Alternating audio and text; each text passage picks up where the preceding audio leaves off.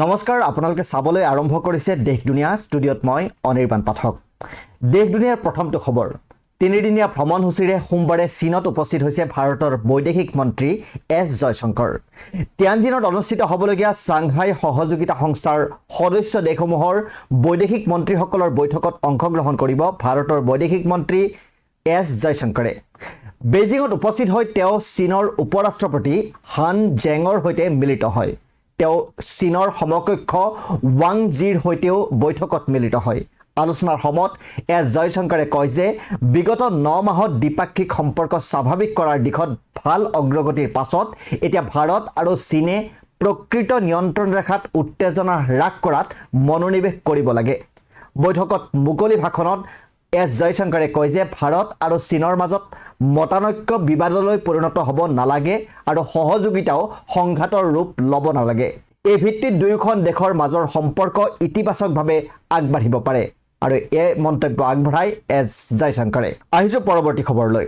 পশ্চিম আফ্ৰিকাৰ দেশ মালিত ৰাজস্থান ওড়িশা আৰু তেলেংগানাৰ 3জন ভাৰতীয়ক সন্ত্ৰাসবাদী অপহৰণ কৰিছে অপহৃত লোককেইজন জয়পুৰৰ প্ৰকাশ চান্দ যোশী তেলেংগানাৰ অমৰলিংগেশ্বৰ ৰাও আৰু ওড়িশাৰ পি ভেংকটৰমন বুলি জানিব পৰা গৈছে এই ঘটনাটো যোৱা 1 জুলাইত সংঘটিত হৈছিল বুলি প্ৰকাশ পাইছে আৰু আল কায়দাৰ সৈতে জড়িত সন্ত্ৰাসবাদী সংগঠন জামাত নুসৰত আল ইছলাম ৱাল মুছলিমিন চমুকৈ JNIM এই লোককেইজনক অপহৰণ কৰিছে বুলি প্ৰকাশ পাইছে এই ঘটনা সংঘটিত হৈছে পশ্চিম মালিত অৱস্থিত এটা ডায়মণ্ড চিমন ফেক্টৰী এতিয়ালৈকে সন্ত্ৰাসবাদী সংগঠনটোৱে ইয়াৰ দায়িত্ব স্বীকাৰ কৰা নাই যদিও এই ঘটনাৰ সৈতে JNIMৰ শেহতীয়া অভিযানৰ সম্পৰ্ক আছে বুলি জানিব পৰা গৈছে এই সন্ত্ৰাসবাদী সংগঠনটোৱে ইয়াৰ পূৰ্বে মালি নাইজাৰ আৰু বুৰ্কিনা ফছুৰ বিদেশী শ্ৰমিক চৰকাৰী প্ৰতিষ্ঠান আৰু সামৰিক চকীসমূহক লক্ষ্য কৰি লৈছিল তৃতীয়টো খবৰ আবু ধাবিত থকা ইতিহাদ এয়াৰৱেজে নিজৰ পাইলটসকলক বয়িং 787 বিমানৰ ইন্ধন নিয়ন্ত্ৰণ সুইচ চলোৱাৰ সময়ত সাৱধানতা অৱলম্বন কৰাৰ নিৰ্দেশ জাৰি কৰিছে লগতে তেওঁলোকৰ লক কৰাৰ ব্যৱস্থাও পৰিদৰ্শন কৰাৰ নিৰ্দেশ দিছে যোৱা 12 জুনত আহমেদাবাদত সংঘটিত হোৱা এয়াৰ ইণ্ডিয়াৰ বিমান দুৰ্ঘটনাৰ প্ৰাৰম্ভিক তদন্তৰ প্ৰতিবেদন ওলোৱাৰ পাছতে এই নিৰ্দেশনা জাৰি কৰা বুলি জানিব পৰা গৈছে বিমান দুৰ্ঘটনাৰ প্ৰাৰম্ভিক তদন্তৰ প্ৰতিবেদন অনুসৰি বিমানখনৰ দুয়োটা ফিউৱেল সুইচ উৰণৰ পাছতে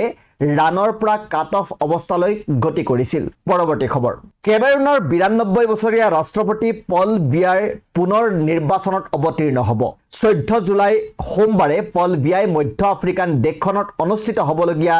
ৰাষ্ট্ৰপতি নিৰ্বাচনৰ বাবে নিজৰ প্ৰাৰ্থিত্বৰ কথা আনুষ্ঠানিকভাৱে ঘোষণা কৰিছে অহা 12 অক্টোবৰত দেশখনত এই নিৰ্বাচন অনুষ্ঠিত হ'ব পল বিয়া হৈছে বিশ্বৰ সকলোতকৈ বয়োজ্যেষ্ঠ ৰাষ্ট্ৰপতি তেওঁ পুনৰ নিৰ্বাচনত অৱতীৰ্ণ হ'ব বুলি নিজৰ এক্স হেণ্ডেলত ফৰাচী আৰু ইংৰাজী দুয়োটা ভাষাতে ঘোষণা কৰিছে আজিৰ দেশ দুনিয়াৰ অন্তিমটো খবৰ ৰাছিয়া ইউক্ৰেইনৰ সংঘাতৰ মাজতে